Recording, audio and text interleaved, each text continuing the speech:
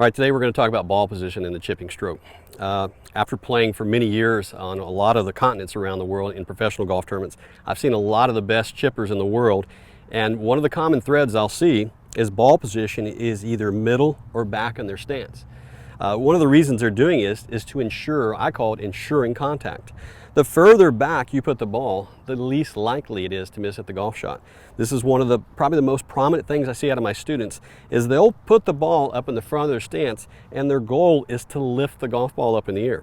In actuality, you really won't get lift. What you'll get is a miss hit. You're going to hit the bottom of the face. If you want to get lift, it's real simple. Hit the center of the face. The loft of a 54-degree wedge is already pretty high. That's the actual standard loft right there. So if you're able to hit the center of the club face, it's going to go in the air.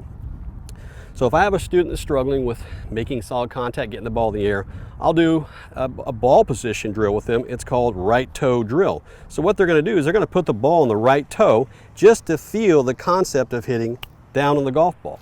Now what this does is it drives the ball a little bit lower than a normal chip shot, which is fine. It's a good way to learn the concept of hitting down on the chip, because when it's back on your right foot, you have no choice but to hit down on it. Once they start to get comfortable with that, I'll move it up more towards the middle of the stance to where we can start getting effective loft, which is the loft of a 54-degree wedge is effective loft.